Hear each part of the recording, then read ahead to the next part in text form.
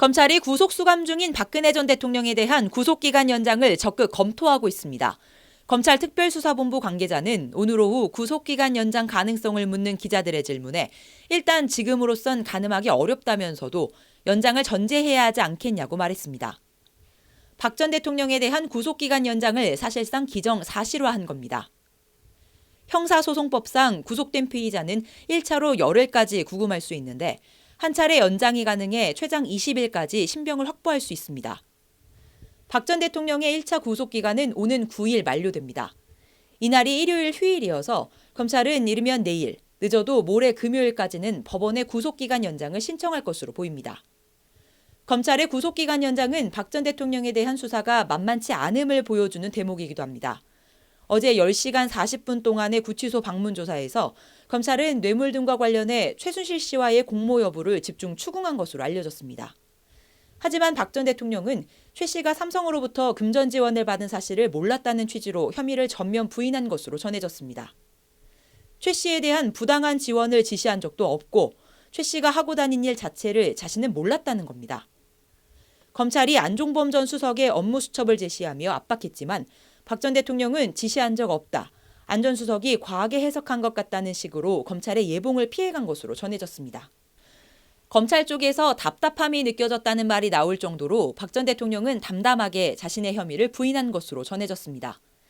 조사를 마친 박 전 대통령은 3시간가량 신문조서를 꼼꼼히 검토했고 조사는 저녁 8시 40분경 끝났습니다.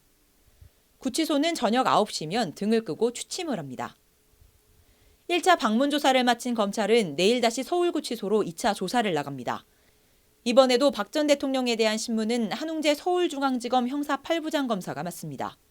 검찰은 안 전 수석의 업무 수첩 외에도 그동안 확보한 여러 증거와 관련자 진술을 바탕으로 박 전 대통령을 강도 높게 추궁할 방침입니다. 앞서 검찰은 지난달 31일 박 전 대통령을 구속한 뒤 안 전 수석을 불러 다시 조사한 바 있습니다. 검찰은 박 전 대통령이 혐의를 계속 부인하더라도 최 씨나 안 전 수석, 이재용 부회장 등 우회로를 통해 박 전 대통령의 혐의를 입증하겠다는 전략도 아울러 세워두고 있습니다.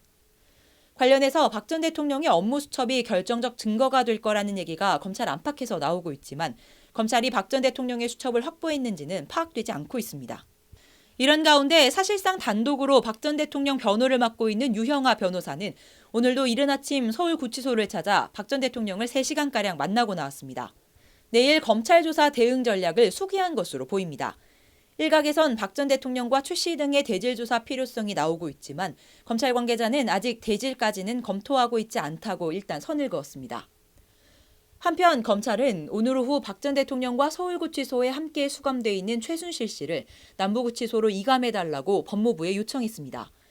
뇌물죄 공동정범이니만큼 말을 맞추는 것 등을 막기 위해 두 사람이 접촉하게 하면 안 되는데 서울구치소 여성 수용자 동이 좁아 어려움이 많았다는 게 검찰의 설명입니다. 최 씨는 이르면 내일 중 남부구치소로 이감됩니다. 1차 방문 조사는 주요 혐의에 대한 박 전 대통령의 입장을 확인하는 정도였습니다. 내일 2차 조사에서 검찰은 각종 물증과 관련자 진술을 제시하며 박 전 대통령 진술의 모순과 허점을 파고들 계획입니다. 검찰과 박 전 대통령의 본격적인 진검 승부가 시작되고 있습니다. 법률방송 뉴스 박가영입니다.